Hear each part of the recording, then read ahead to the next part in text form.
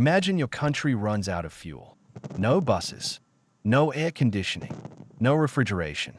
Hospitals on backup power. Flights forced to refuel in other countries. That's not a dystopian movie. That's Cuba, right now. And at the center of it all is a renewed US oil blockade that could decide the island's future. But here's the question no one is answering clearly. Is this economic pressure or strategy for regime change? Stay with me, because the answer goes back more than 60 years. What's happening right now? I think that for now, the power cuts are not going to improve. On the contrary, they are going to get worse, but I don't know why. Because they are getting worse. There are more blackouts every day. For example, in my experience, I have to live with electricity because I don't have gas. I live with one gas cylinder per month, and sometimes it doesn't last. I have a 1.5-year-old child, and it's very difficult for me to live with this situation. But what can we do? We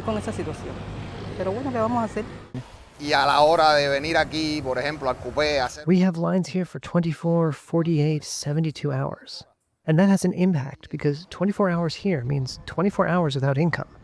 People who are in hospitals and who sometimes have to wait or have to leave in another car because the car they are assigned doesn't have fuel to run, and that definitely has a serious impact here on Cuban society.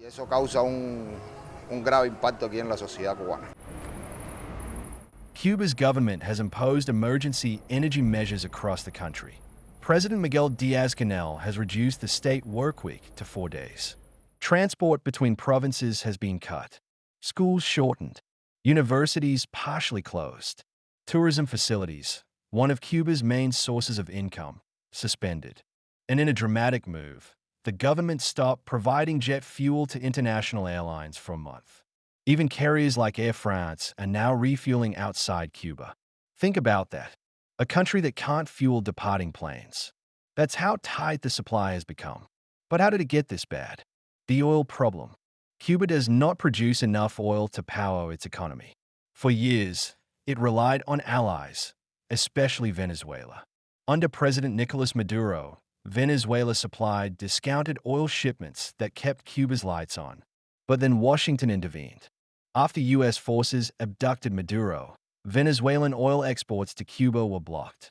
And that was just the beginning. Under President Donald Trump, the U.S. expanded pressure dramatically. Last month, Trump signed an executive order labeling Cuba a national security threat. Any country that sells oil to Cuba now risks tariffs. That's a powerful deterrent. And suppliers took notice. By late January, analysts estimated Cuba had only 15 to 20 days of oil left at current demand. The island needs around 100,000 barrels per day. Without it, the system stalls. But here's where it gets more complicated. Because this isn't just about fuel. The political pressure. Trump has called Cuba a failed nation. He's hinted its government may collapse.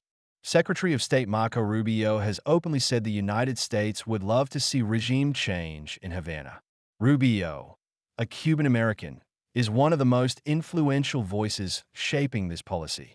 The administration argues economic pressure is necessary to confront what it calls an authoritarian regime aligned with U.S. adversaries. But critics argue something else, that ordinary Cubans, not political elites, are paying the price. Food prices keep going up instead of going down, and no salary is enough to get through the month. Everything is critical. What's going to happen? If Donald Trump doesn't let fuel into Cuba, we're going to be without fuel, even for lighting. We'll be in the dark with the children in need, because what are we going to use for light? What are we going to cook for the children if not with charcoal? And history suggests this strategy isn't new. The 60-year backstory. To understand today's crisis, we need to rewind to 1959. That's when Fidel Castro overthrew a pro-U.S. government. After nationalizing American-owned property, Cuba faced sweeping U.S. trade restrictions. Those restrictions became a full economic embargo. Diplomatic ties were cut. In 1962, the Cuban Missile Crisis nearly pushed the U.S. and the Soviet Union to nuclear war. For decades, sanctions shaped Cuba's economy. Medicine shortages, limited imports, reliance on allies. Then in 2014, something unexpected happened. The US and Cuba restored diplomatic ties. In 2016, President Barack Obama visited Havana. It was historic. For a moment, it looked like the Cold War chapter might finally close. But in 2017, Trump reversed course.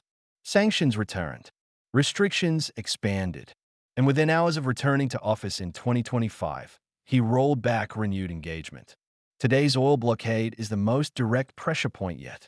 Human impact, emotional shift. Zoom out from geopolitics. Zoom in on daily life. When the power cuts out, refrigerators stop working. Food spoils.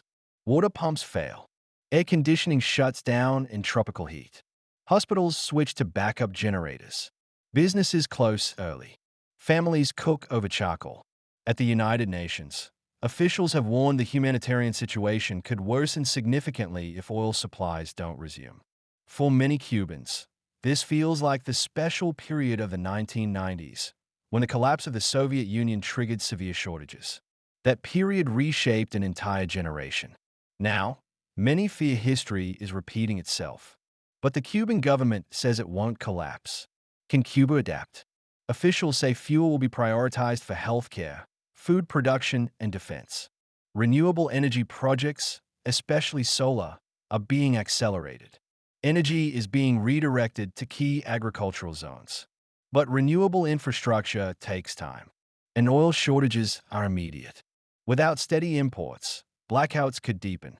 Industries could halt. Food supply chains could weaken further. So the real question becomes, how long can pressure last before something breaks? The strategic question, is this strategy meant to force negotiations or force collapse?